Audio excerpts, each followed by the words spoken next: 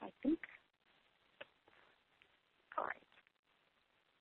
Well, welcome to the Fountain of Abundant Love. Thank you for joining us today. My name is Mastura. I'm your host today, and our presenter today, our teacher for today, is Amany Shalaby. Welcome, Amany. Thank you, Mastura, for inviting me. Alhamdulillah. Alhamdulillah. Praise be to the one. Amany,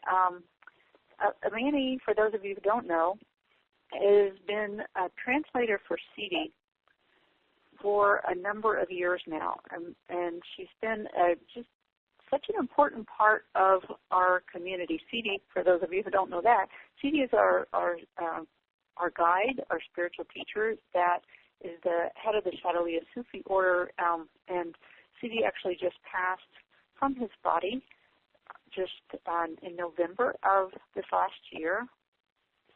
And but he's still very, very present and very much with us. Our university teaches the teachings that Sidi has brought to us from the Shalaby Sufi traditions, the mystical teachings of the ancients, and has taught us about healing in the Sufi way, in the way of divine love. And I know Amany's going to give us a little taste, a peek into that this evening. So let me tell you a little bit about Amany, and before we get started, so you know a little bit about her amazing background and all of her incredible experience that she brings.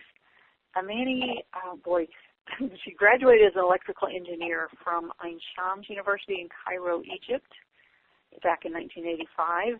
She then got her postgraduate diploma in Islamic Studies from Islamic College of Advancing Studies in Middlesex University, London, UK, and then her master's in Comparative Philosophy of Religions in 2014 from the Islamic College, the same college, Islamic College of Advancing Studies. And Manny, what year was it that you began to translate for Sidi? I'm trying to remember when that was. I think it was around 2000 or 2002, something between that. Yes. Okay. So it would have been right after you graduated then with your postgraduate diploma in Islamic Studies. I was still in it. I was still doing it. So you were still in it? Yes. And I asked him if I should continue, and he encouraged me to continue. Yes. Alhamdulillah. Okay, and alhamdulillah means praise be to the one. It's a phrase that you hear us say. Sometimes we say that without thinking, and certainly don't mean to exclude anyone by using the language that is not understood by the masses. So I'll try to remember to translate anything that pops out in that way. So Amany, as I said, works as a translator for Sidi, for our spiritual teacher, who is from Jerusalem, and she's worked as a translator for many Islamic books. She teaches in diverse study circles all around and does a number of our teleclasses. She is on the faculty at the University of Spiritual Healing and Sufism. She's written 2 books, The Essence of Creation and The Emanation of Consciousness, and she has another book coming out soon called Hidden Pearls, which is a book of poetry. She is the co-founder of Radiant Hands, an organization that helps single mothers in need, and the Noor Corner Institute near her home, near Orlando, Florida. So welcome, Amany. Thank you again for bringing us this teleclass, The Fountain of Abundant Love. Thank you, Mastura. Alhamdulillah, praise to the one. I'm so pleased to be with everyone. I hope to share my heart and experience, and hope to listen what others can bring as well, inshallah. So, ready to start? Yes, please do. Okay, so I would like to start with what we call the opening. It will be a recitation in Arabic language, but you don't need to understand Arabic. It is just as you listen to music, the soul can understand beyond the languages. We can understand one another without languages. So just listen to it, and we just pray and ask for blessings before we start. أعوذ بالله من الشيطان الرجيم. بسم الله الرحمن الرحيم. الحمد لله رب العالمين. الرحمن الرحيم. مالك يوم الدين. إياك نعبد وإياك نستعين. اهدنا الصراط المستقيم. صراط الذين أنعمت عليهم غير المغضوب عليهم ولا الضالين. آمين.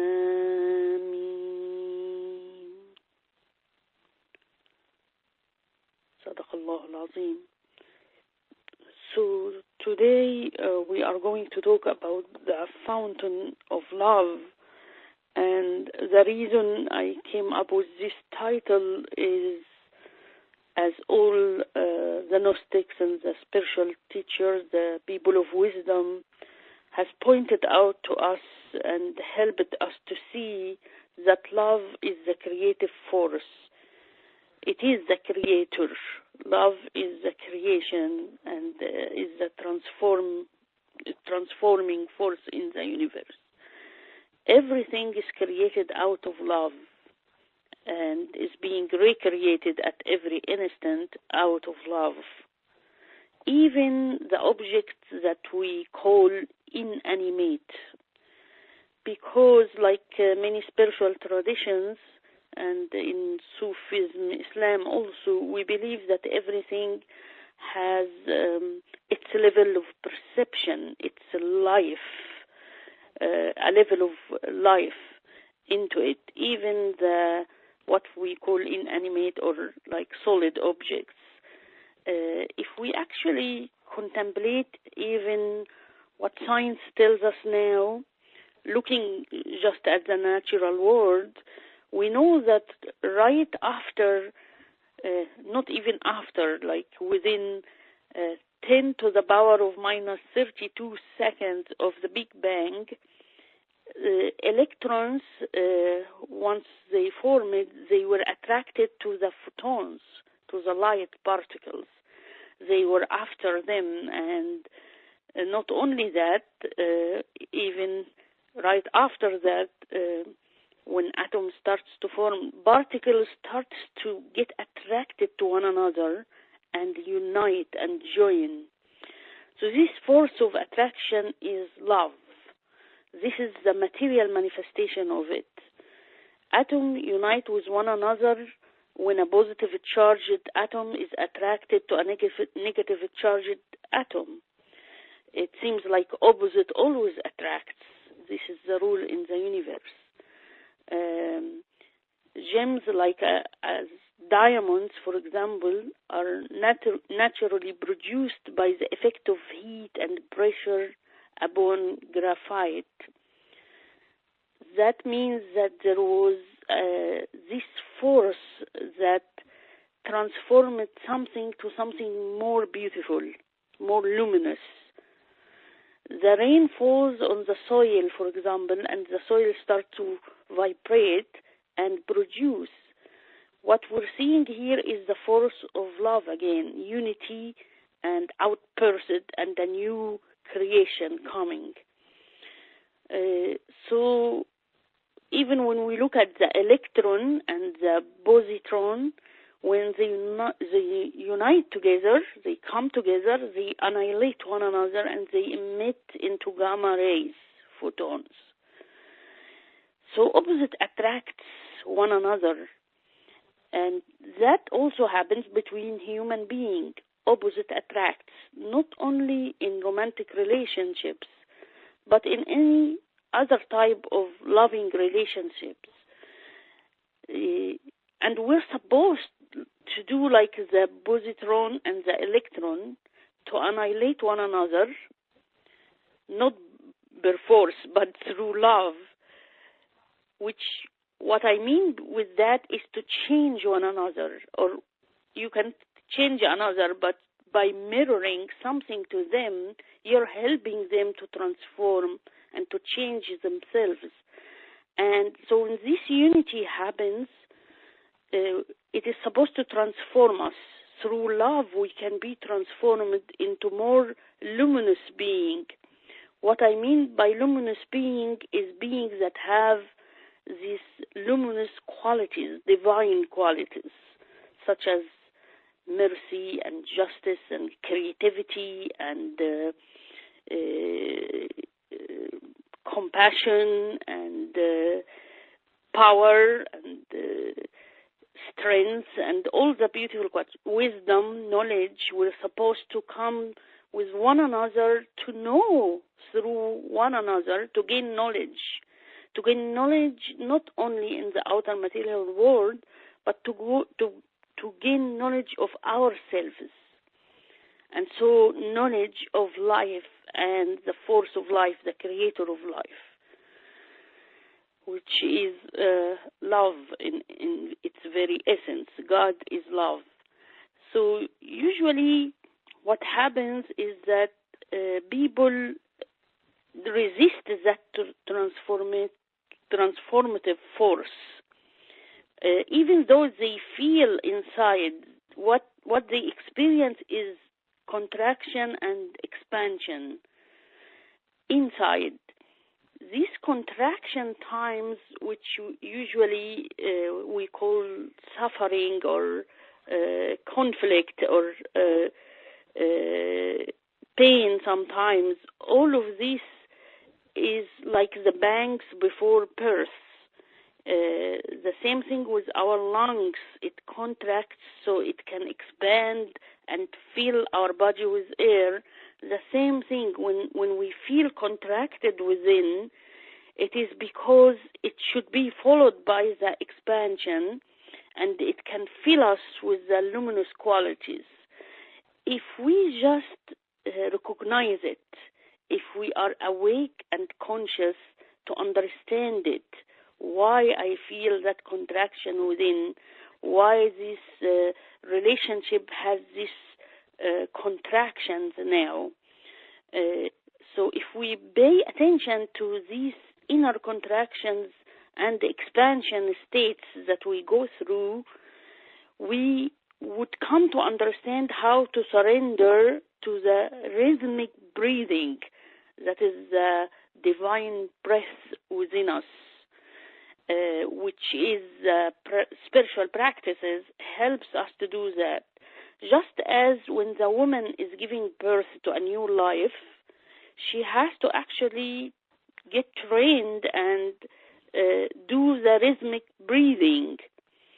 But usually she would feel more tense and frightened and get in a panic state from the pain, and then she would try to hold her breath.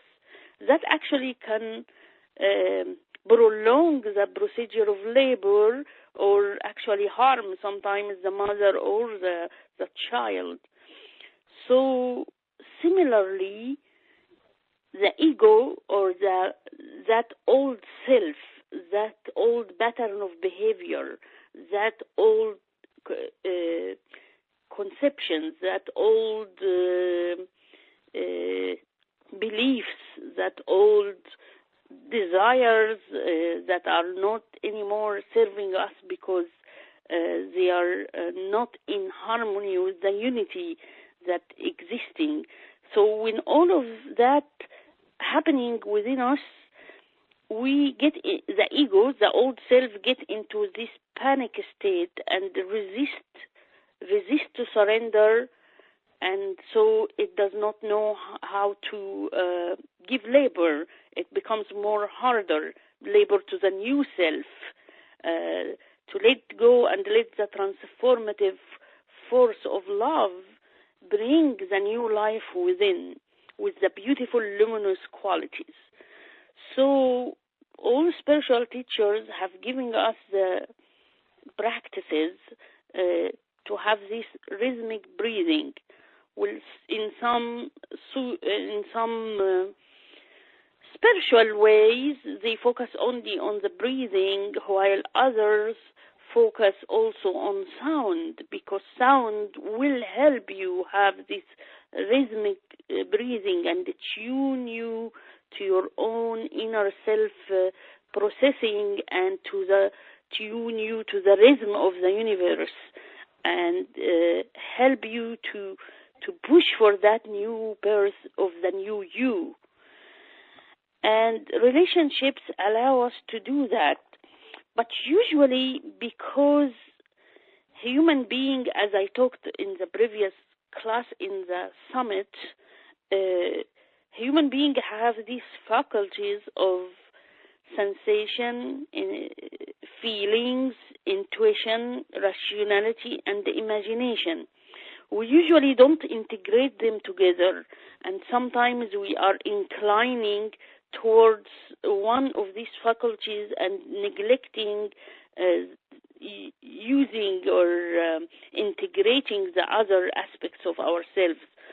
So this loving relationship, which usually starts with attraction, just as the particles in the universe get attracted to one another, we also feel attracted to people.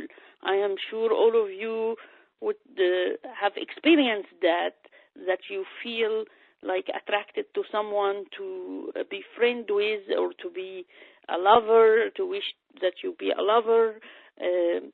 So these all have meanings, but sometimes when we fall in love with someone, we just focus on maybe two levels, the sensation and the feelings, and we neglect the other aspect of ourselves, and then we don't understand why the contractions are happening and the expansions. We don't understand the meanings, so that causes the conflicts and problems, and we end up feeling not fulfilled, and maybe we even break the relationship and we keep going into other relationship with the same old self, the same pattern, so we don't achieve any progress, any healthy relationship until we actually, again, surrender and understand what is happening and surrender through the rhythmic breathing of the spiritual practices that can help us to become conscious and awake and know the meanings behind our attractions to someone. And so, but usually we just fall in love, then we feel the longing and the yearning, and we form attachment. And this attachment can take too many unhealthy directions. It can become associated with sometimes fear or sadness or obsession. It can cause us to be incoherent. We say to someone, I am madly in love, like you are obsessed of someone. It may cause anguish, over-attachment. Sometimes this over-attachment, when it focuses on the lower level of the self, or which is usually informed by fear, anger, all has to do with the past life that we lived and the past experiences. So some people develop this fiery, obsessive attitude towards the people they love, that they almost want to possess them, to control them. This can cause them sometimes to lie, or they unrightfully want to take things on their hand, on their position, and that causes conflicts and unhealthy relationships.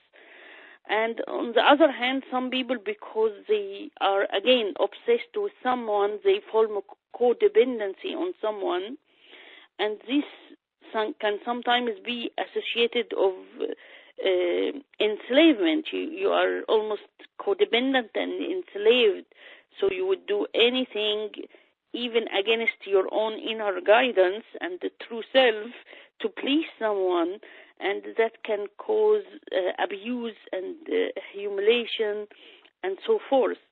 But there are other higher levels of love when it is not just focusing on the sensation and the material level, when it goes into the heart and you start to see the beautiful qualities of the soul of the person, and this level of love will start the refinement, and it will be associated with gentleness, and it will again be passionate and have burning in the heart, but it will honor the person and treat them with gentleness, with respect, and so forth.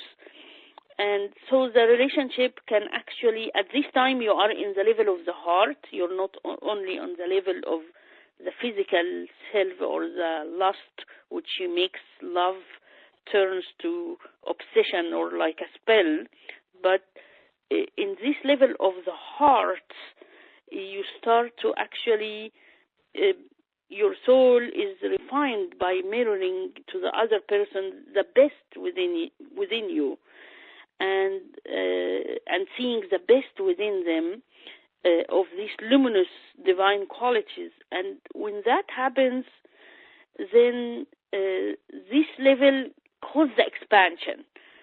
But usually, because the heart, and in Arabic language, is called qalb, which means it turns.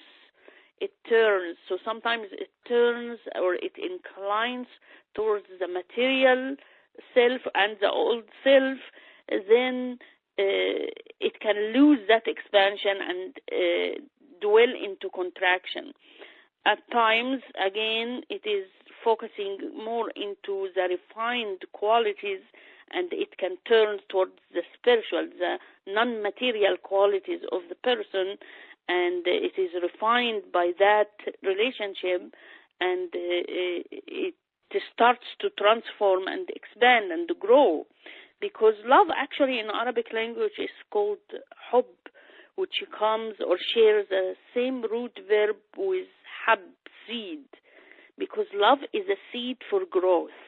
When you love someone, whether it is a friend, a spouse, a mother, a father, your boss, your co-worker, just all forms of love, it's a seed that helps us to grow to our fullest potential as a human being. And when we start to train ourselves through some spiritual practices to be more into the heart, then we actually go to a deeper level when we reach a level called in Arabic language ishq, which means merging and penetrating, merging into the unity and penetrating one another in a deeper way. So you would, at this level, this is the level of the soul, and the faculty of imagination would start to actually open to the non-material realm more, and the realm of meanings, the realm of subtleties and luminous qualities. And when you reach that level, the love is stronger and intense and transformative force. It will transform you and hopefully the person that you have a relationship with as well, and brings the best in you from the luminous divine qualities. And after that, if it continues, it becomes a connection and what we call intercourse in the spiritual sense. The merging here, it is like you are seeing the luminous divine qualities in the person in front of you, and you're learning, you're embracing these qualities and seeing it within you. So as the lovers mirror to one another the divine qualities and get attracted by it, they both exchange these qualities. You know, it reminds me with how the Native Americans, they would choose the strongest or so, or even you find that in nature, so they can have good offspring. But here we are talking not about the material level. You know, yes, the child takes from the parent. We are talking about your newborn self. When it takes, it will take the refined qualities from the person, to learn from the person these refined qualities, to get trained through them, to find these same qualities within yourself, and that will make you feel more fulfilled and make the relationship more healthy. And it will make the relationship more stable, where people are respecting each other, where boundaries are understood and known, and no one is abusing another, and no one is codependent on the other. It just reminds me of something Khalil Gibran, the poet, had written about love. He said, and I'm quoting him now, "Let there be spaces in your togetherness, and let the winds of the heavens dance between you. Love one another, but make not a bond of love. Let it rather be a moving sea between the shores of your souls.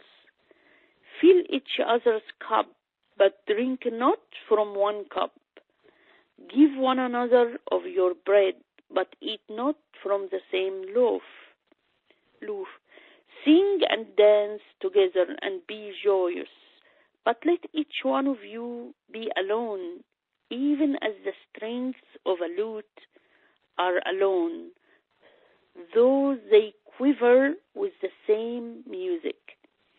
Give your hearts, but not into each other's keeping, for only the hand of life can contain your hearts.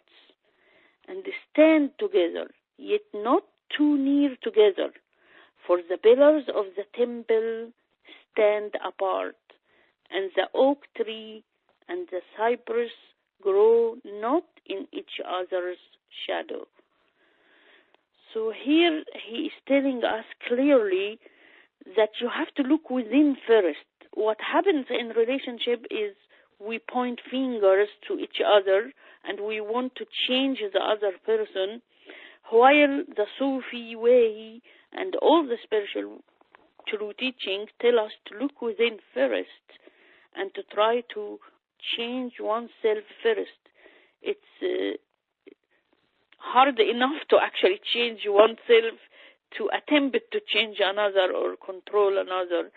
And but if we realize that it all comes from the womb of love, the encompassing, loving gentleness, divine compassion, then that makes the work a little easier and makes us more awake and aware.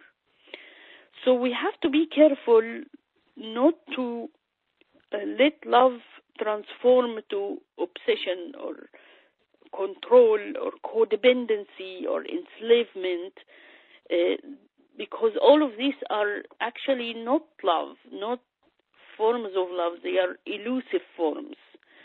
The true form of love will know these degrees of darkness and light, these contractions and expansions.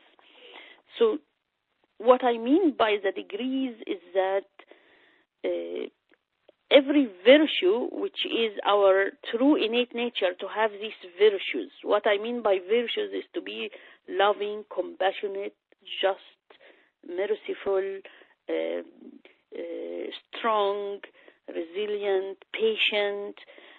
But all of these we are here to learn. we don't have, we have this theoretical maybe concept that yes, patience is beautiful, justice is beautiful, mercy is beautiful, but we have to actually come to experience it and represent it in the material world to actually grasp the deepest meaning.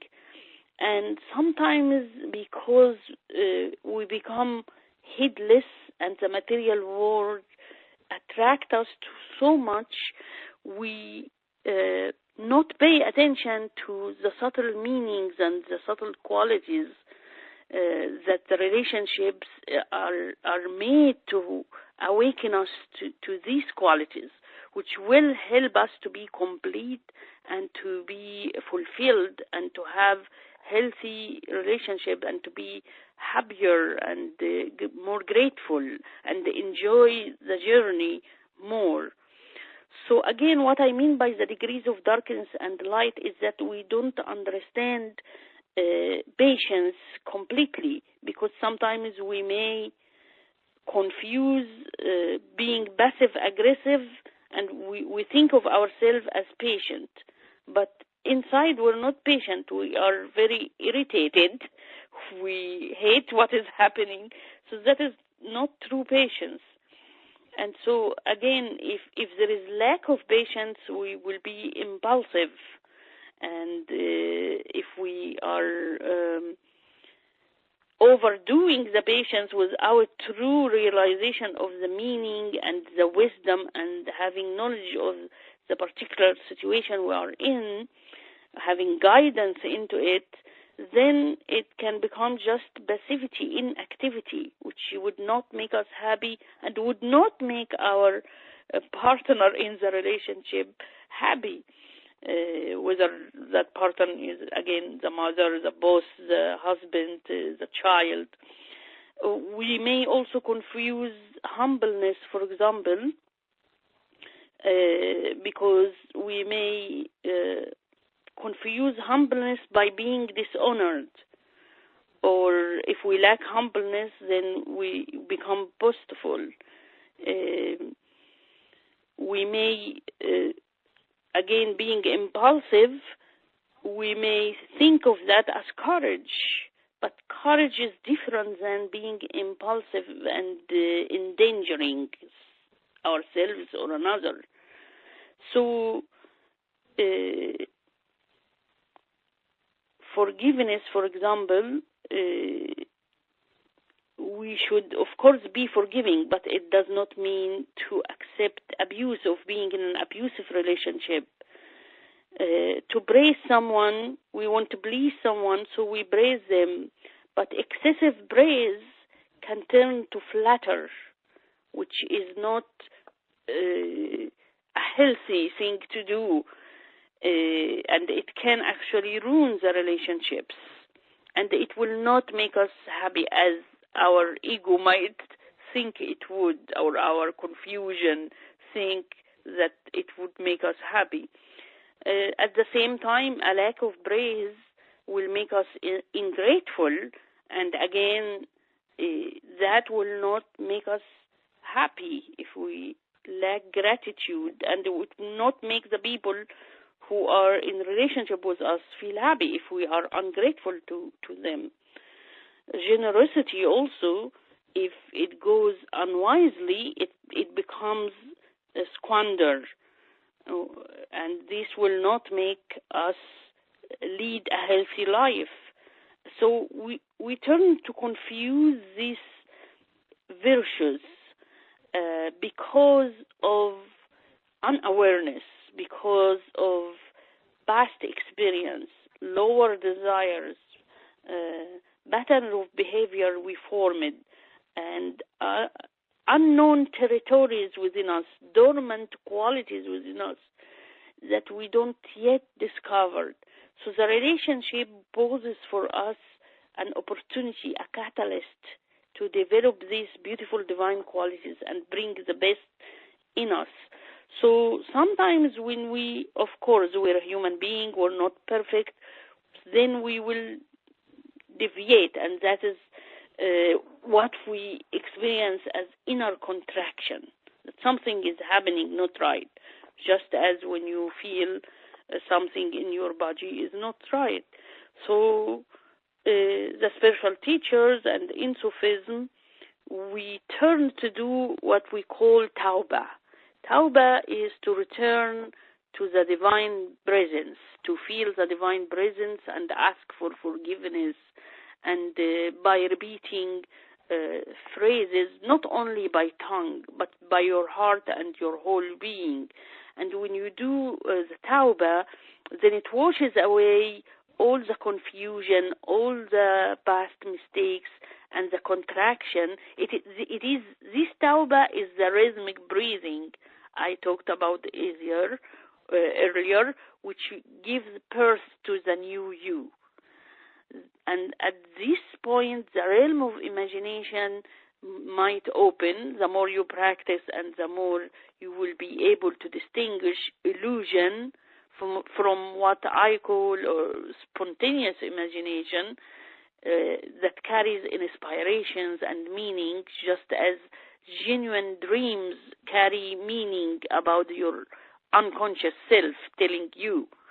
So similarly, this realm, if it opens, then you may see the visions, and the vision will not enough in itself because it needs interpretation.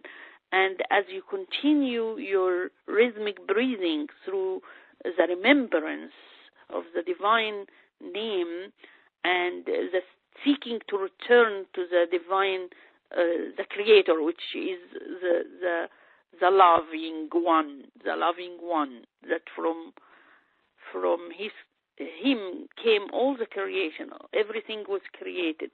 So when we seek tawbah, or the return, we return to that divine presence, to the source from which we came, to our own innate nature, as we are spirits from him, or we are breathed life by him. And him is just not to mean that God is a male or a female. It means that the creative creator that is beyond our fathom and full comprehension. So it is undescribable, but to just say this, what it gives us existence and our innate nature, our own intuitive knowledge, is to know patience, to know love, to know courage, to know mercy, to know justice. All of that is within us, is our potential. And these phases of contraction and expansion is to give birth to who we are, is to make us realize it, experience it, embrace it, and become what will fulfill us. And we become the representative, the divine representative on earth that way, showing the compassion. We can't be absolute because we will do mistakes, but then we would know forgiveness, because forgiveness is also a quality or a name of the divine names, the all-forgiving. So by actually erring, we come to realize forgiveness. We forgive each other, we forgive ourselves, and we ask for forgiveness, and that humbles us, and we all need it. There is no exception, because nobody is absolutely perfect. But through forgiveness, we know a profound, divine, beautiful quality. And through forgiveness, it is like finding love again, which is the reality that exists. Forgiveness is about, I always give this metaphor, it is as if you have someone you love so much and you travel away from them, and then you long and you yearn. These are contractions. Then you run back in tawbah, what we call repentance or returning. When you come back, you find the beloved again. You find the reality again. You find your beautiful self again. You find the beauty of life again. You find the beauty of each and every one in humanity, and you find the beauty in life, in the journey, and you understand it in a deeper sense. So your actions become the presentation in that, and become more effective, because when we act from the level of the ego self that is unconscious or half asleep or fully asleep, then we can't really be effective. It will be causing more problems, and we all fall in this. So we have to remember to return. We have to always be reminded, and that's why we do the practice of remembrance or dhikr in Sufi way. We remember the divine name. Some of the beautiful divine qualities, and through that remembrance and that practice of returning, then we have this purifying. It's like washing oneself and purifying all the illusion and the dust and the past experience that are restricting us from becoming the new us. And so when we open to that, then the transformation make us grow and expand, and so we feel the ecstasy, we feel the joy, we feel the fulfillment that our heart is yearning for. And I would like to actually quote few verses that Rumi said, and maybe after that we can have some questions or interactions. You can share some reflections with me as well from your own experience. So Rumi says, God turns you from one feeling to another and teaches by the means of opposites, so that you will have two wings to fly, not one. A man whose eyes love opens risks his soul. His dancing breaks beyond the mind's control. That verses is from the Conference of the Birds by Fariduddin Attar. He also said, let us drown ourselves in the ocean of non-existence and come out cloaked with the garment of divine existence. That is Fariduddin Attar from Heart Emotion. He was actually a poet also. These verses, you see, I started the talk of how when the positron and the electron unite, they annihilate, and then they become luminous light. So here he tells us the same. Let us drown ourselves in the ocean of non-existence. So this is when you return to the source and realize that you want to be non-existent so you can be born again, you can be created again and transformed in a more luminous being with beautiful divine qualities. And so he says, I'll read it one more time, let us drown ourselves in the ocean of non-existence. And that is called fana, or annihilation, or being consumed in the divine presence to the degree that you feel non-existence and only the absolute, that is the loving God, the loving one, only exists. Love only exists at this experience. You are annihilated in love, just as when two lovers are intimately come to unity physically and spiritually, and then they are consumed, they become one, and they come out of the experience with the garment of divine existence. There is more poetry, but I would like to just see if anyone has a question or reflection. Mastura can help with that. Yes, if you are on the phone and you have a question, press *2, and I'll unmute you, and I'm going to check on the Q&A on the webcast.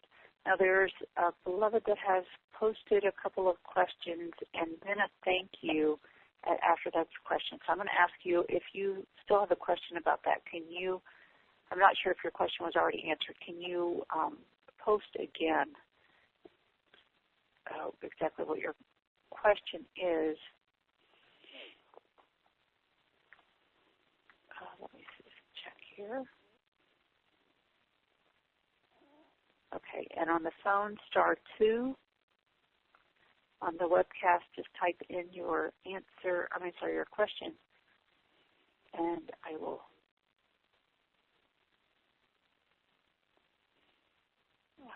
read that. Let's see. Oh, goodness. I'm sorry. I'm saying that because I have a maybe he can type it again, or she can type it again. Yeah. Let me just say, there's a question that says, how do I move ahead during verbal emotional abuse from spouse? For example, what do we need to change in ourselves to heal mental abuse? Because I imagine there's probably more than one person that might have that question. From mental abuse, again, you have to do the spiritual practice to turn to do the rhythmic breathing with the remembrance of the divine presence.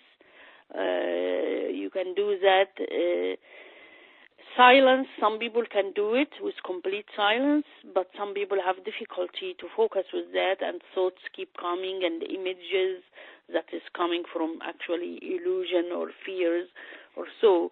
So the way we do it in the Sufi way is we remember the divine name, because sounds has an effect on the body and the soul and the heart.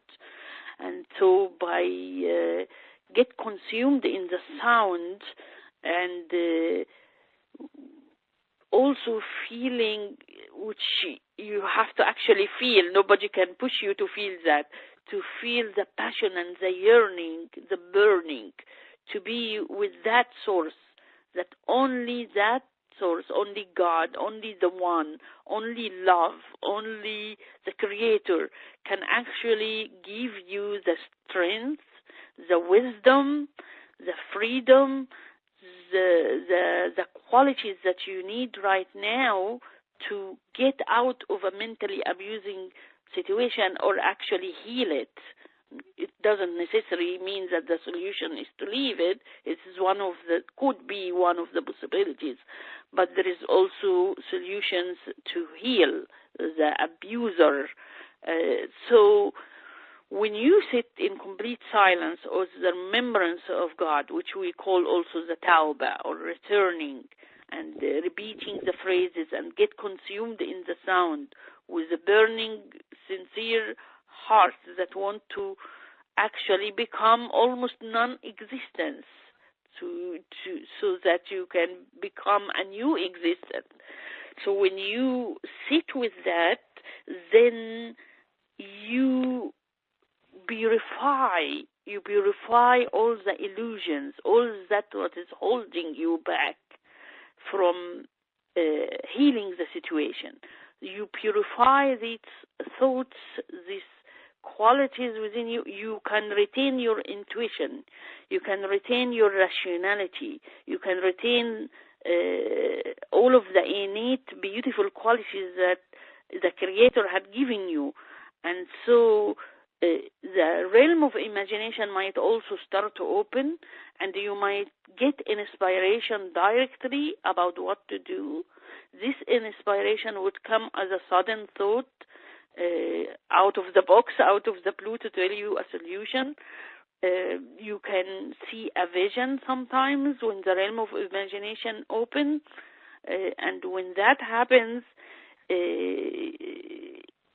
you have to also find someone wise who can help you interpret it, or you can continue to do the practice that you are already consumed into until the meaning becomes apparent. And it will become apparent. When the meaning becomes apparent, you will feel ecstatic, you will feel joyful, you will feel the love and support of the Creator, you would feel strength, you will feel creativity would come.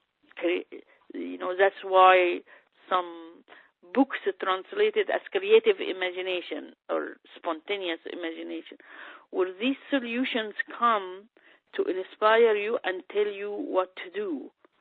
Usually we look for the outside, and it's okay to to seek counseling and to seek advice of wise people and friends, but also we have to seek within who to turn to, what to do, and what is the wise and the best to do in this particular situation. So I don't have like a clear answer to tell you what to do, but I can only tell you what helped me in my own situation. I turn it to the remembrance, the practice of remembrance or dhikr, and I was desperate to the degree of being so passionate and so needy and so in poverty, spiritually speaking, that I want to turn to have an answer. So I asked the answer with all my being.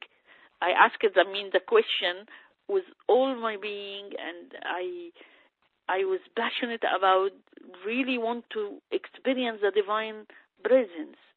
When you have that love lit in your life that you want to know, and you want to experience that presence, then a whole world will open to you. You can also, there are many options. You might not be able to do it alone. You might need also to look for a spiritual guide, for a spiritual healer, which there are many of them. Like, for example, in our own Sufi way, there are gifted healers, and many people experience healing, spiritually speaking and physically speaking, with them because they have walked that path. So they can turn and help others because they became in a more stronger and healthier position to be able to help someone else. So you can seek help outside from the people you trust, and even for doing that, you have to also ask from within, to who should I turn to? Please show me a sign. There is also what we call the sign language in the universe. That it will give you clues, such as someone will tell you a sentence that clicks with you unexpectedly, or you find a book that catches your attention, and you will be surprised when you start to pay attention to the sign language in the universe, how it will inform you about your own situation. It could be a word, somehow you read it somewhere or you heard it. It could be just walking in nature and all of a sudden you are inspired with something. But you have to kind of free yourself from, it is like solving a math problem. Sometimes you can't solve it until you get out of it. So get out of it means the tawbah, what we call tawbah. The returning to the source, returning to your innate nature, to your intuition, to your the very beautiful divine godly qualities within you. And then the inspiration comes and help comes, and always be hopeful also. Don't fall in despair, because despair is an illusion. There is always solution. Mm-hmm. Beautiful. So this person says, so much need this ancient wisdom and love this teaching. Thank you. Now, I want to address a couple of things. We have a question on the phone line also, and I'll be right with you. But I just want to address a couple of things that Amany spoke of. If you have not been a part of our community, she mentioned the practice of remembrance, the dhikr. If you're not familiar with this practice, we have a free 7-day e-course on our website. You can access it from the home page of sufiuniversity.org. That's SUFI university.org. You can sign up for that. It gives you instruction, 7 days worth of instruction and things to practice with the remembrance. It's also got an audio that you can download or listen to online of a guided remembrance practice. And we also have a live call where you can come do it with a group and ask any questions you have at the very informal practice that we do once a week on Tuesdays, which is tomorrow, and that's held at 1 o'clock Eastern Time and 10 o'clock Pacific Time. So if you're interested in learning more about the remembrance that Amany is speaking about, please sign up for that e-course that's called Spiritual Healing and Renewal Infusion. And it's on the homepage. You'll find it on the homepage just on the right sidebar at sufiuniversity.org. Now, there was another thing that Amany mentioned about healers. We have a number of healers in our community as well that do distance healing by phone with you if you're needing support around that. A place for you to start with that. There are many options, but one place that you can start if you're new is also on the website, on the homepage at sufiuniversity.org. There, you'll see at the what's that called? The navigation bar up at the top. There is a link for healing clinic. We have a student healing clinic where you can try our healings, so the distance healing. So I just wanted to give you those resources before we move on to the next question. So I'll go now to, I'm not sure if it's Ali or Ali, but I'm unmuting you. Oh, thank you. Assalamu alaikum. Alaikum salam. Yeah, I have one question. It's a personal question about my wife. She is already very depressed and angry about life and about our married life. But on top, I have some bad news, like we lost a lot of money in business. I haven't talked to her yet. So my question is, once I tell her, she will be even more angry and depressed. So how do I help her make her happy and like create love in her life and get rid of the depression and anxiety? What can I do? Well, usually you have to find the love within you first and find the divine presence within you first, because only from that place would you be able to help someone else. If you are just looking as if we are all in need of help to different degrees.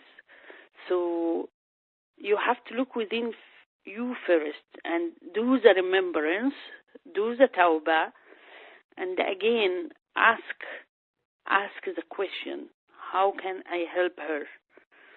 Because only love can heal. There is nothing else can heal. Sometimes we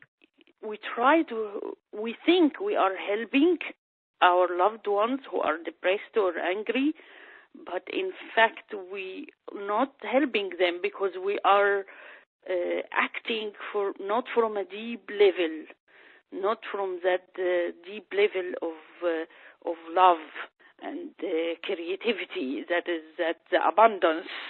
We are acting from our old pattern, from our own judgmental self or so.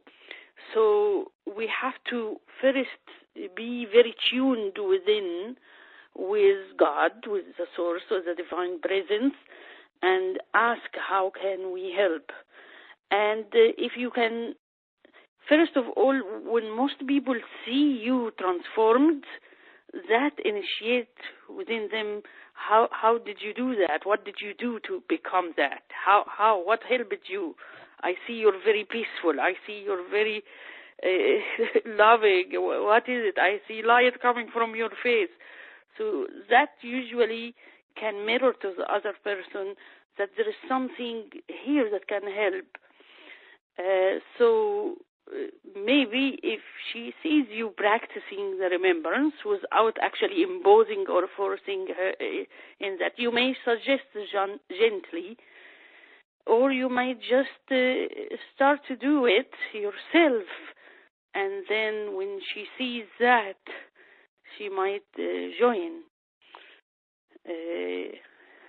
I know adults are more difficult than children, but I remember once I stepped into a room where people were babysitting, and that child was very fearful and crying and sad. He didn't want to be with the babysitter. He wanted his mother, and they tried all the toys. They tried all the normal things, and nothing was working. And again, I tried to go deep and ask, how can we help this child? Because I really want to comfort him. Everyone else wanted to. So I started to do dhikr not with him, but with the other kids and with everyone in the room, that I asked them join. We made a circle, and it was like a chanting, singing, and nobody was pushing him to be comfortable. He just watched us from far away and frowned at us. But eventually he did calm. He stopped crying. He was listening. And we continued for quite a while. And after we're done, gently, one of the babysitters offered for the kid the toy, and he accepted it. So remembrance, again, I think, for me, from my life experience, is the key for everything. And somehow, if you gently invite her, or if she sees you doing it, or she starts to see that the changing within you, she would join. But I would also have to add, maybe she may not. It is not your full responsibility to make someone healthy and happy. Sometimes you can't, because they have to walk their own path also and open themselves. So all you could do is to mirror that to her in practice and in being that, and also to pray for her and to ask that her heart be open, because that also can open the heart. She may take her own time and her own pace, and but you don't have to carry that burden too much on you. If you already are praying for her, you're already doing your own inner work and mirroring it to the best of your ability. Yeah. Thank you so much. And when you say mirror the responsibility, or like, what do you mean by mirroring? By mirroring is like by becoming that. When you do the remembrance and these divine qualities, this creativity, this joy, this strength, this peace, start to manifest within you naturally, because that is what would happen when you remember and you return to the source and you find your innate nature. You know, when that becomes like she sees it, so it is like a mirror. Right. So she sees that beautiful change, and then that can help the other person.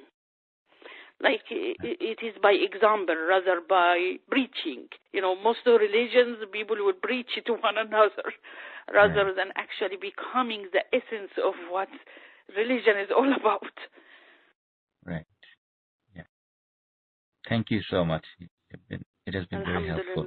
Alhamdulillah. Thank you. So, Amany, we have another question on the webcast that I'll read.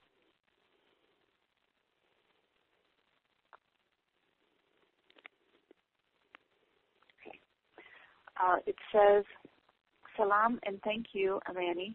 I love someone and he has inspired me to be my best version and to bring me closer to God. However, I did something that was against my inner guidance, but I did it partly out of lust and partly because I thought it would please him, but it left me unfulfilled in him too.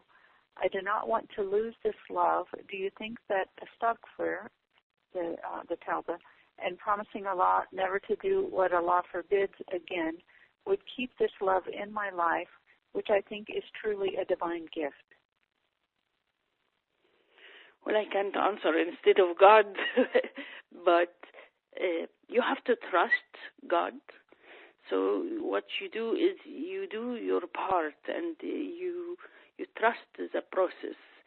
And it's a best example, and it exemplify, I mean, I'm sorry to say that, but in a way, yes, you can't do something to please someone in opposite to your inner, deep inner guidance, because you will do it and you are not fully happy, and that will never also fulfill the other person or please them as we think. So that is, we all fall in that.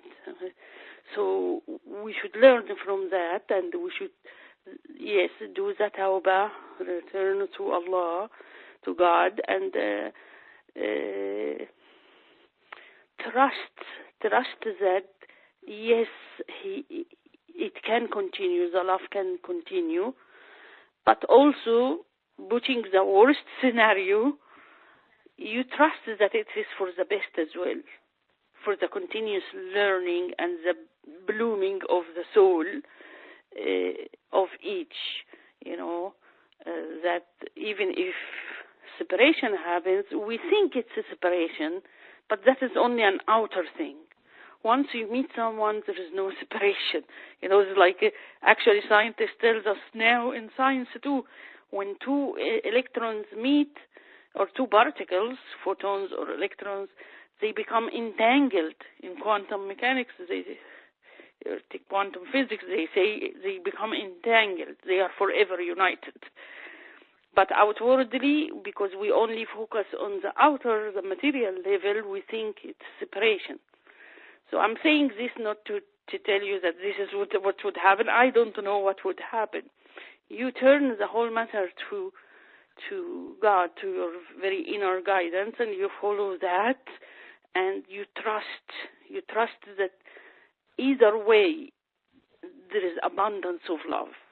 And what I mean, because this is the title of it all, the abundance of love is that there is love everywhere. Everything in the universe is making love to everything else. Like you will always find love. Maybe not in a particular form you want, but it will continue. Love would ever continue. It never cease to be existing in the inner level. And also outwardly, love will come in many different forms. I am actually looking for one of Rumi's saying. He says, don't grieve.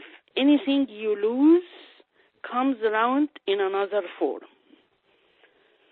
And again, this I don't want you to despair or to think that this is what would happen.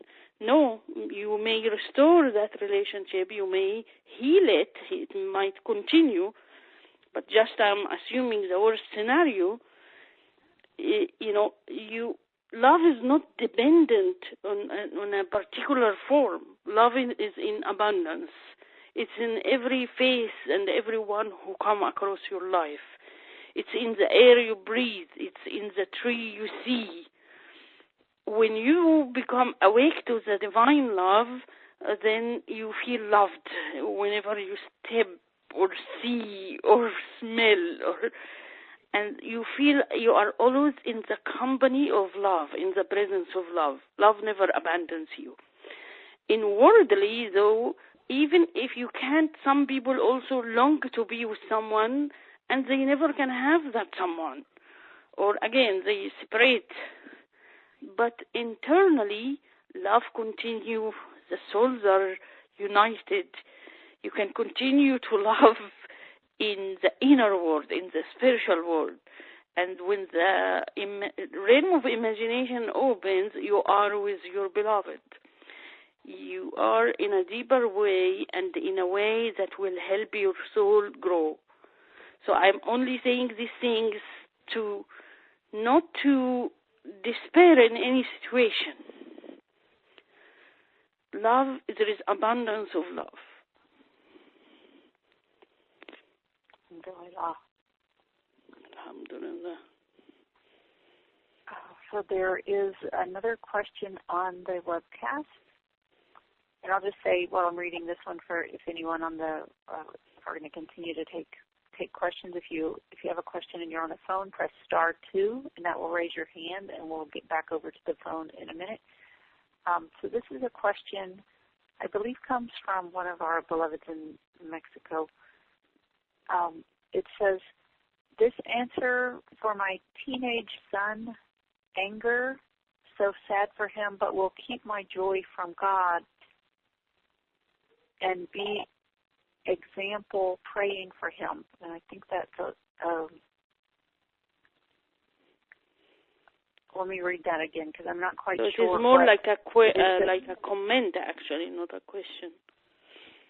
Yeah, it says, "What else can I do?" is what it follows after that. Yeah, you do your part. You can't do more than you can because you are not in control. You're not God, and everyone has their path towards God. But you can be helpful by showing the love, by, again, showing the virtues with wisdom, with knowing the boundaries of each virtue that you are showing. So being sometimes love can also be to be firm, to be gentle, but it all has to come from that love and compassion, not from the ego. So you don't come from that anger by anger or fire by fire. You're coming from the right place to do the action wisely. You pray for him and you trust that his anger will eventually lead to that, because it's a contraction. It will eventually, sooner or later, and you pray it sooner, that will come to an expansion. And some people, this expansion, this new birth can take longer than others. So we try to help one another by doing our inner work, by being that, by asking for how to help and doing it with wisdom, with compassion and mercy and love and forgiveness. And again, that sometimes helps the other people, but they also have to do their own inner work, walk the walk, as they say. And so you can do many things indirectly sometimes by putting things on his way, like putting maybe a book or a song, something inspiring, but it doesn't have to be a preaching. You can invite him to an inspiring spiritual song, or you can put it in his way while he is in the kitchen, as if you're listening, and he may listen, he may get inspired. So there are many creative ways, and it comes only when we're very tuned with the divine presence, because that's creativity. When we are grounded in divine love, that's where everything is created from. So you get the inspiration, you get your own comfort and peace and joy, and then you can help others.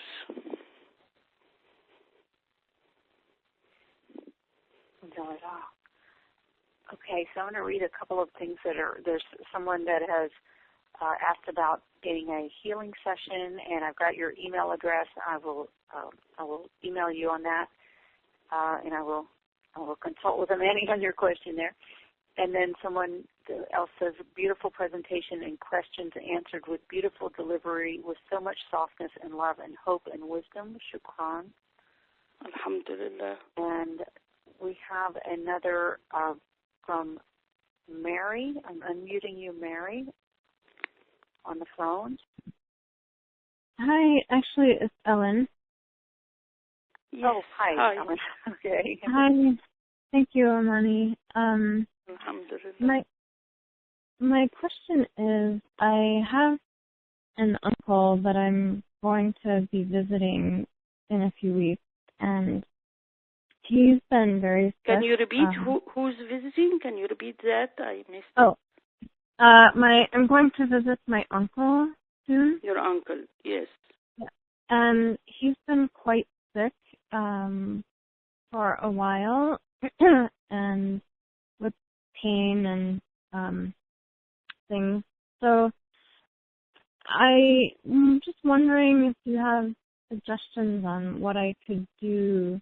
I feel like I want to help, and I mean, so far I have been praying, and I thought maybe I would read him some of my poetry, but I don't know if you have suggestions on how else I might. Yes, if that is what you're getting, you can try that. If that is what came to your heart, you know, you take what comes to your heart, and because when we start to second guess it or doubt it, then we lose it. We lose faith in it. And faith is an important, you have to have faith in what you do to actually achieve anything. So if that is what you got first, you follow that, and you ask again which poem, and maybe it will open conversation. Maybe he will find an inspiration. Sometimes our fears to share and to be vulnerable, because to share something of our own being, it means to risk something. The ego tells us that, or that we're vulnerable. Or, we assume, what is the expectation? Would he act this way or that way? But it doesn't matter how he would act. You plant a seed.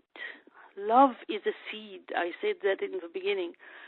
Love comes from the same root verb as seed in Arabic language. So if you're doing it out of love, even though he might appear to reject it, but you had planted the seed.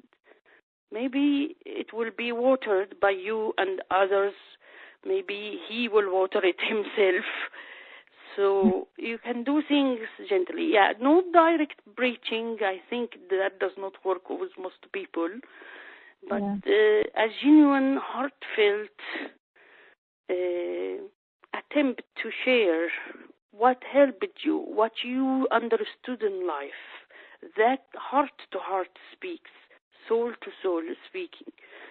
And again, you can do it directly, give it as a gift, and he can read it, put it in his way. Whatever comes to your heart, follow it with faith. Okay. Thank you. Alhamdulillah. Thank you. Thank you. I'll just read a couple of things. There's Gracias, thank you so much for your answer on the previous question. And another one saying, key love is not dependent upon a particular form. I think that was a part of your answer too. Thank you there. All right. So I'm not seeing any more questions here. You said there is another question? Amany, I'll turn it back to you. If you have a question on the phone, press *2. And in the webcast, just type it in.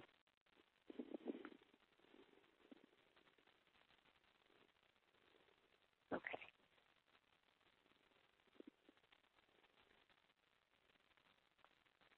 If there is no more question, we still have time. I can read a couple of poetry verses.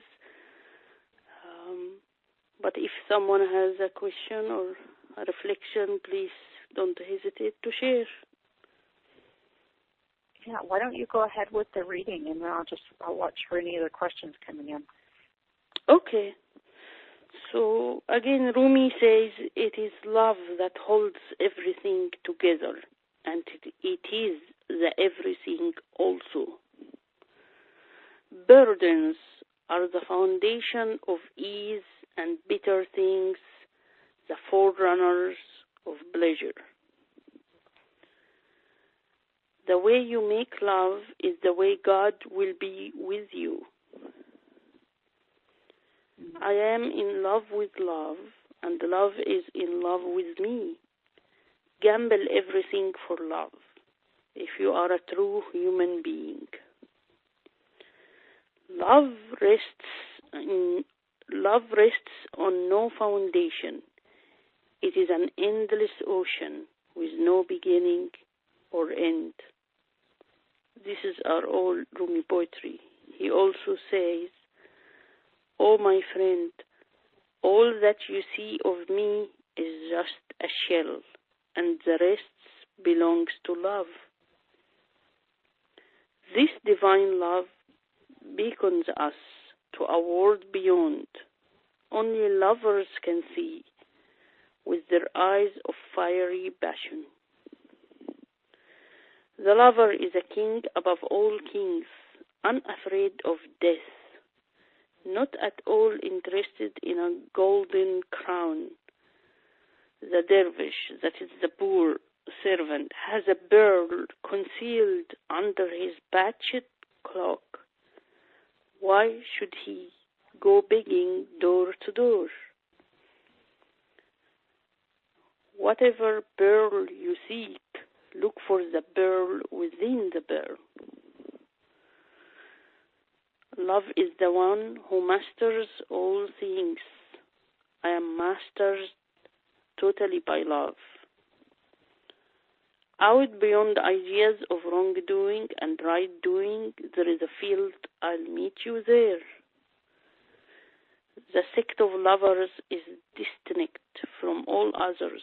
Lovers have a religion and a faith of their own. My head is bursting with the joy of the unknown. Usually we hold on fear of the unknown. So listen what he says. He came to that station of trust. He says, my head is bursting with the joy of the unknown.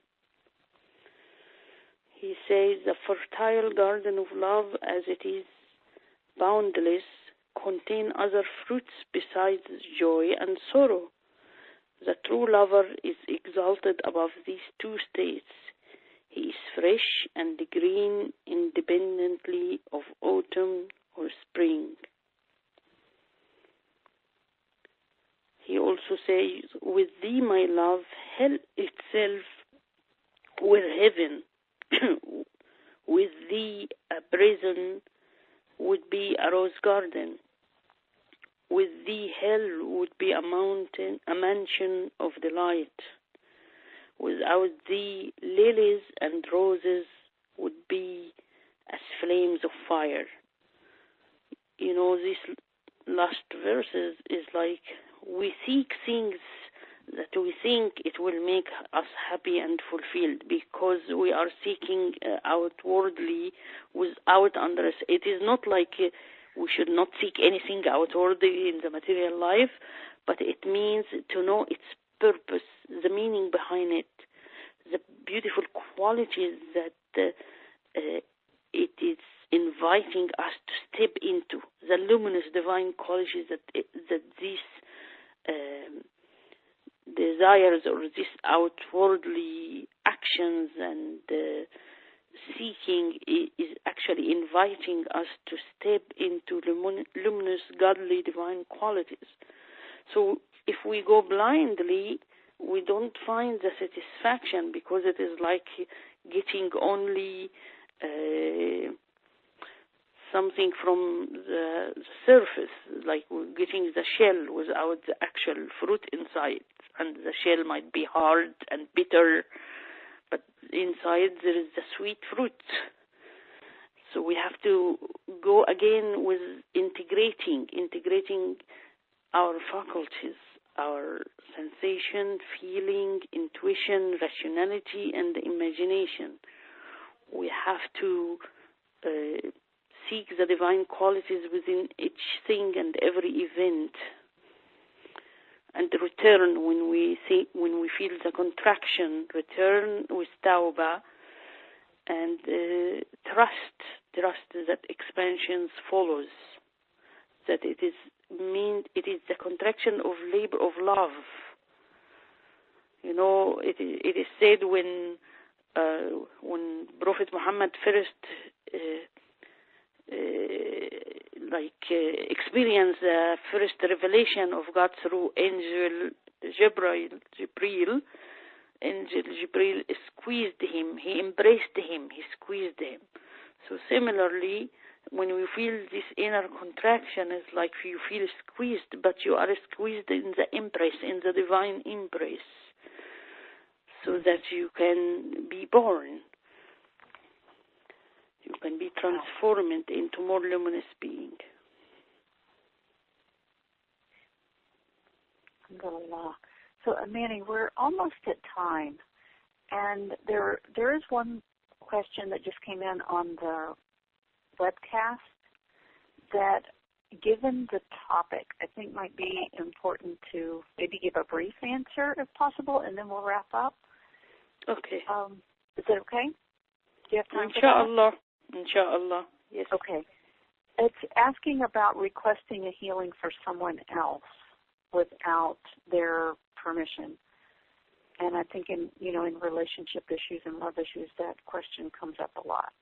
So I thought it might be important too. Like praying for the healing or requesting healing? I think I don't understand the question. Mm-hmm.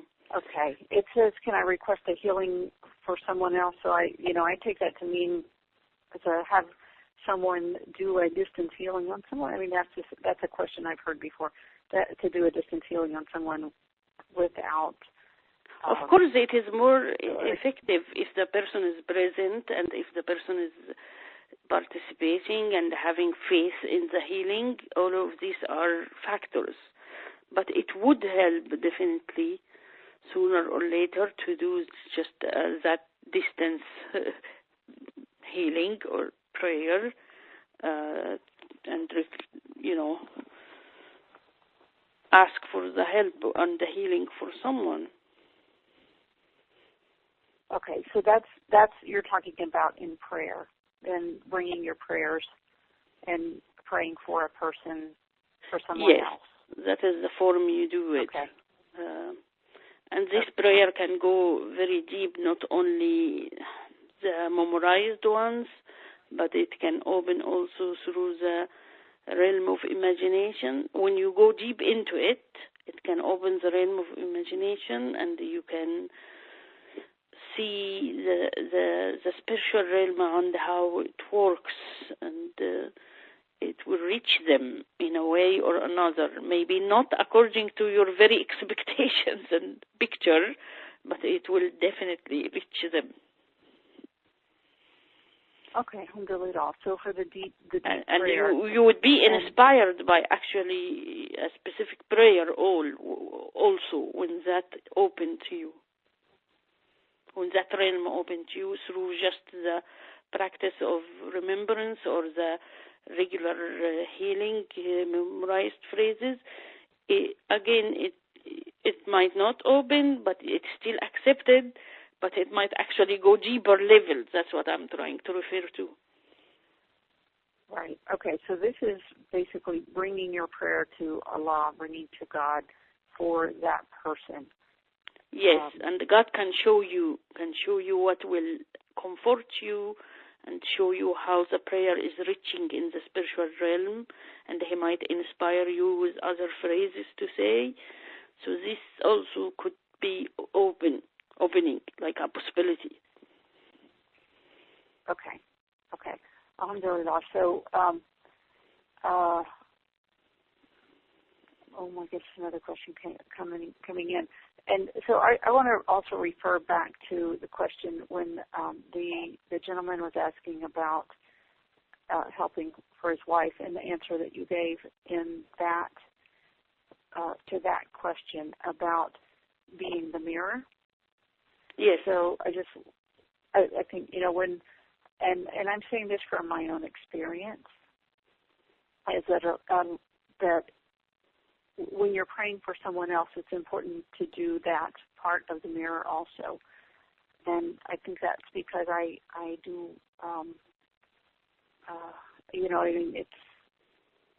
it's important to do that part of doing your own prayer and being that mirror and being that example, because in any relationship there are two.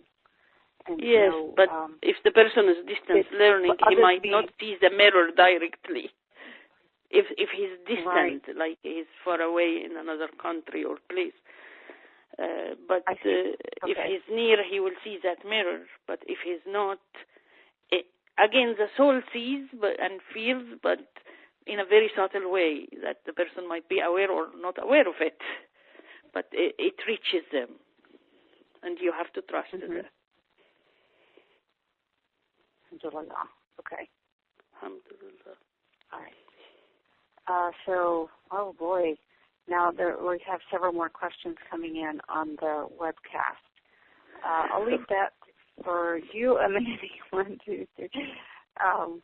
Let me just see how many. I'm just going to pull them all in. It only shows me 1 at a time. Okay, we just had 4 more questions come in on the webcast. So, Amany, I'm going to leave to you as far as how long you want to go. It's 9:30. We've been on for 90 minutes. What would you like to do? You can ask the question. You can ask the questions, and if they are taking, I feel they will take long answers, maybe we postpone that to another opportunity. But if they would be brief, then we can share that. Few more minutes. All right. All right, so this question is how to increase love in my heart for the people around me, especially for my wife. When you feel the divine love and the abundance of love, you will actually see they are also loving you, and you will love them. Your love will intensify and increase when you realize the abundance of the divine love, the love that exists everywhere. It is veiled a little bit. So we sometimes not conscious of it because of the outer, maybe mirroring that sometimes is dusted a little bit. But again, the love existing. If you look deeper and if you polish your own mirror, then you will see the abundance, and you will not care of the little dusts here and there.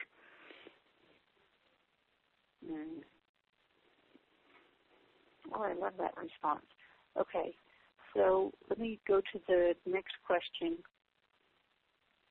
And I want to say, just in case anybody is needing to get off the line, if the 2 resources that I gave earlier can both be found on a page that is sufiuniversity.org/info, I-N-F-O, like short for information. So Sufi, S-U-F-I, university.org, O-R-G/info, I-N-F-O. That's got our free resources on there, as well as information about our upcoming Masters of Divinity program that is starting in the spring. So please check those out. It's got the free e-class I was talking about, the option to get actually a free healing session from one of our students in the healing clinic, and also an opportunity to sign up for a free consultation, spiritual growth consultation. All of those are there. Okay, so the next question then, could Amany please explain more about what she means about the importance of rhythmic breathing while we are praying in the remembrance prayer form? Well, because praying or dhikr can take many forms. Some people involve actually the physical breathing in it, but not everyone is trained in that. So some say, like Ibn Arabi, for example, he say to focus only on the sound, if possible. If you can do that, to just focus on the sound and the rhythm of the sound rather than trying to be distracted with your own thoughts and things that come to you, or even contemplating the meaning. So, but again, everyone at certain states can be able to do that, or to focus on contemplation, which is also a level or a form of rhythmic breathing. So it is through contemplation, focusing on the sound, or actually involving your inhaling and exhaling with the dhikr, if you are trained to do it.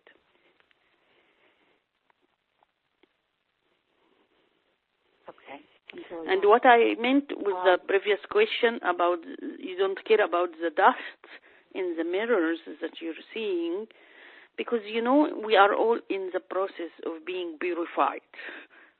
And the mirrors will sooner or later shine. Mm-hmm. Yes. And we become more accepting in the process of being purified, and more accepting of the dust, inshallah. Exactly. So you're embracing everything with love. Your love will intensify for people and for even your own self. Yes, and we find the love in the dust. Yes. Because as you said, everything is created in love, out of love, even the dust. Yes.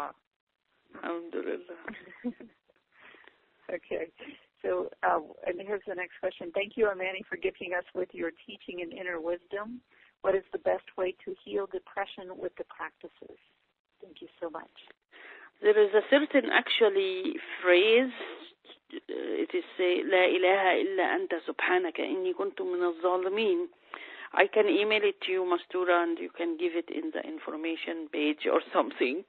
Which great. Okay, I'll be sending out an email follow-up tomorrow, so I'll put it in there. Yes. Email it to me. So when you keep, again, repeating that phrase with your whole being, and you immerse in the divine, in the yearning for the divine love, and in the sound, the rhythmic sound, the rhythmic breathing of the sound, then inshallah it heals.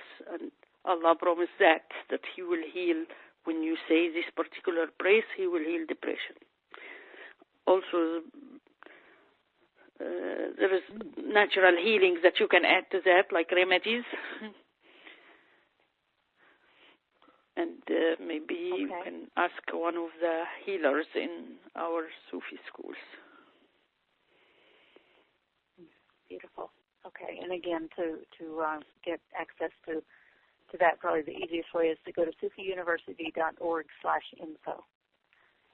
Okay, and then the last question that I have here says, I am beginning to experience what it feels like to be in love with love and the burden of the new freedom that it brings. Now, that is a statement here, not a question. It is beautiful, so alhamdulillah. Yes. Okay, alhamdulillah. And then this is great discussion, inshallah. God willing, Amany will continue to answer questions. May Allah bless her for all that she is doing. And I agree. Alhamdulillah. Thank you very much, everyone. Yes. Boy, more coming in. There's one that says, how can I avoid judging other people so I can love them more? How to avoid judging people? Yes. It is when you see yourself in other people and other people in you. When you start to feel like each one of us is combination of weaknesses and strengths, of some dust and some shiny spots in our being.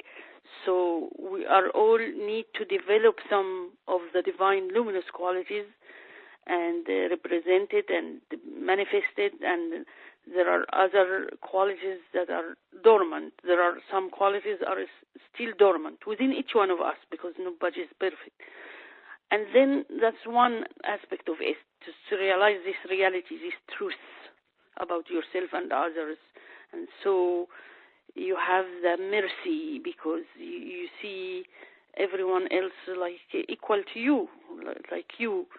And the other thing is that when you pray again and turn in the tawbah and the practices we talked about, and then Allah, God, opens for you that realm of meanings, and you can see that other person from a whole new perspective. You understand why he behaves, how he behaves, what happened in his past life, that it's pushed him that direction, and how he's suffering within. Because everyone who strays from the luminous, lovely qualities suffers a contraction, suffers a pain, suffers a fire inside. And when you know, for example, a person who might be boasting or belittling others and is arrogant, behaving in an arrogant way, you know he's very, very insecure inside, and he's suffering from that. And when you realize that he needs that security or that respect that he lacks the feeling inside, then you see he is already in fire. So why you don't judge him in a way that condemn him, but you assess the situation, you evaluate the situation, you have understanding, and you're coming to help, not necessarily compensating your values or submitting to abuse, but rather coming from a point of mercy and forgiveness and love, but wisdom and knowledge that can aid you in mirroring what you need to mirror to and that automatically might help the other person. Alhamdulillah. All right. Well, thank you so much, Amany. I believe that takes care of our questions for this evening. And thank you so much for staying on so much after our set time. So thank you for your dedication and your sincere love that comes through. It's been a beautiful discussion, a beautiful topic. Alhamdulillah. Thank you very much.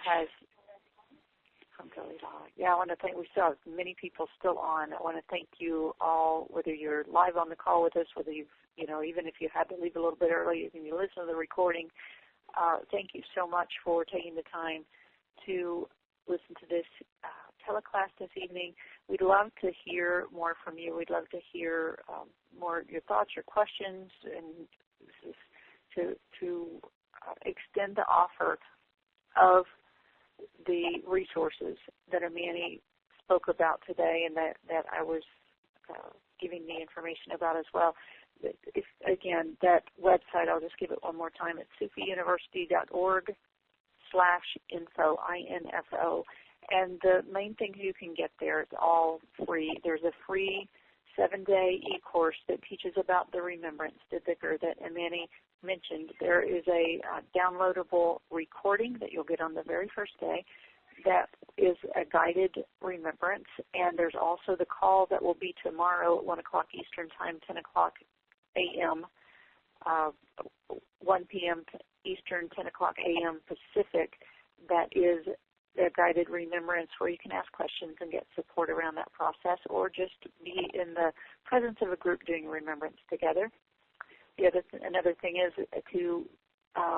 there's information and a link to the healing clinic, the student healing clinic, and then there's also an opportunity to sign up for a spiritual growth consultation, which is a consultation with a member of our team to help you determine what your next steps are, and to find the answers in your heart that you're sometimes looking for. Maybe the healing session isn't quite what you're needing yet, but you're looking for that guidance and that consultation. So all three of those are available there, as well as information about our upcoming Masters of the Divinity program. So with that, say thank you again and good night to you. It's been wonderful having you with us, and we're here. Any questions that come up, anything that you're needing, please don't hesitate to contact us. Thank you again. And thank you, Mastura, for all your help and organization and helping setting this up. Thank you. Thank you.